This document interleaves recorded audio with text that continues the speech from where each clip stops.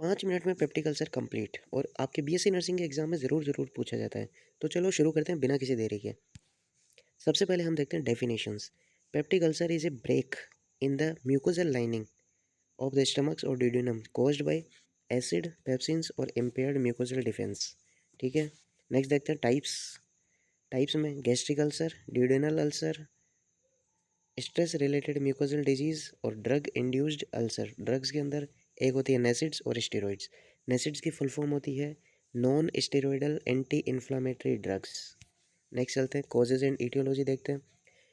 किस किस की वजह से आपके पेप्टिक अल्सर हो सकता है।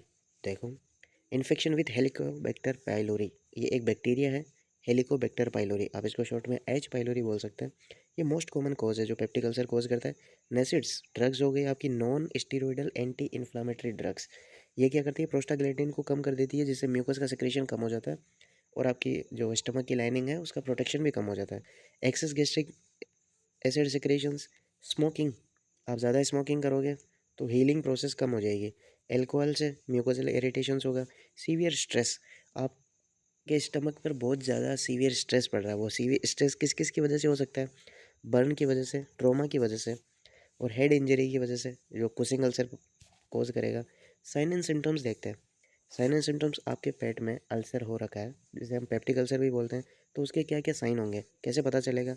बर्निंग होगी, नोविंग एपिगेस्ट्रिक पेन होगा, पेन रिलेशंस टू मील्स, मील से क्या रिलेशन होगा पेन का। गैस्ट्रिक अल्सर क्या करता है, पेन को बढ़ा देता है आफ्टर मील, खाना खाने के बाद पेन ज़्यादा होगा। ड्यूडेनल अल्सर के अंदर खाना खाने के बाद पेन कम होगा, अगर से नाइट नाइट के अंदर ज़्यादा दर्द होगा। नोजिया वोमिटिंग हो सकती है, ब्लोटिंग एंड ब्लीचिंग हो सकती है। लॉस ऑफ एपेटाइट हो सकता है, आपको भूख नहीं लगेगी। वेट लॉस हो सकता है, भूख ही नहीं लगेगी तो वेट लॉस भी होगा। और आप अल्सर की वजह से, अगर स्टमक के अंदर अल्सर है तो खाना खाने के बाद ज़्यादा पेन होगा, इसलिए आप खाना नहीं खाओगे तो वेट लॉस होगा। Possible weight gain, weight gain होगा क्योंकि duodenal ulcer due to frequent eating. Duodenal ulcer के अंदर आपका वेट गेन होगा, ध्यान रखना ये चीज़। अगर पेप्टिक अल्सर हो रखा है तो भूख कम लगेगी, भूख कम नहीं लगेगी। पेप्टिक अल्सर हो रहा है तो आपको क्या है, खाना खाने के बाद ज़्यादा दर्द होगा तो आप खाना कम खाओगे। और ड्यूडेनल अल्सर के अंदर क्या होगा, खाना खाने के बाद आपको रिलीफ मिलेगा तो आप खाना ज़्यादा खाओगे। तो पेप्टिक अल्सर के अंदर वेट लॉस होगा और ड्यूडेनल अल्सर के अंदर वेट गेन होगा। नेक्स्ट देखते हैं डायग्नोस्टिक इवेल्युएशन क्या क्या हो सकते हैं इसके।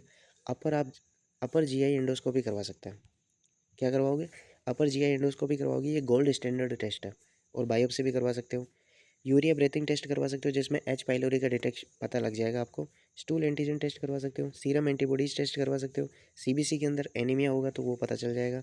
और ऑकल्ट ब्लड टेस्ट भी करवा सकते हो। नेक्स्ट चलते हैं पैथोफिजियोलॉजी क्या है इसकी।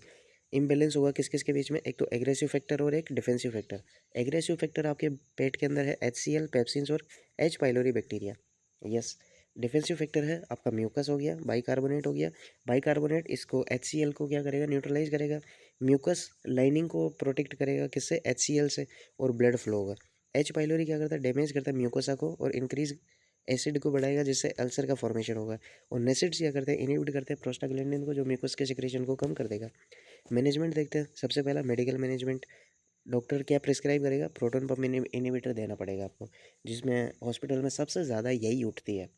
मतलब जो सबसे ज़्यादा कंज्यूम होती है वो यही होती है, ओमिप्राजोल्स और पेंटाप्राजोल्स। H2 रिसेप्टर ब्लॉकर्स जिसमें आपको फेमिटोडिन देंगे। और antibiotic therapy for H pylori. Yes, H pylori bacteria, Helicobacter pylori bacteria है तो उसके लिए आप एंटीबायोटिक थेरेपी ले सकते हो। एंटी एसिड्स सिम्टोमेटिक रिलीफ के लिए। और साइटोप्रोटेक्टिव एजेंट्स। और जो आप नशेज ले रहे हो, non steroidal anti inflammatory drugs ले रहे हो, उनको स्टॉप कर दो। बात करते हैं नर्सिंग मैनेजमेंट की, तो एसेस पेन, पेन को एसेस करो, पेशेंट के पेन को एसेस करो, उसकी लोकेशन कहाँ हो रहा है, रिलेशन टू मील्स, और खाना खाने के बाद हो रहा है, खाना खाने से पहले हो रहा है।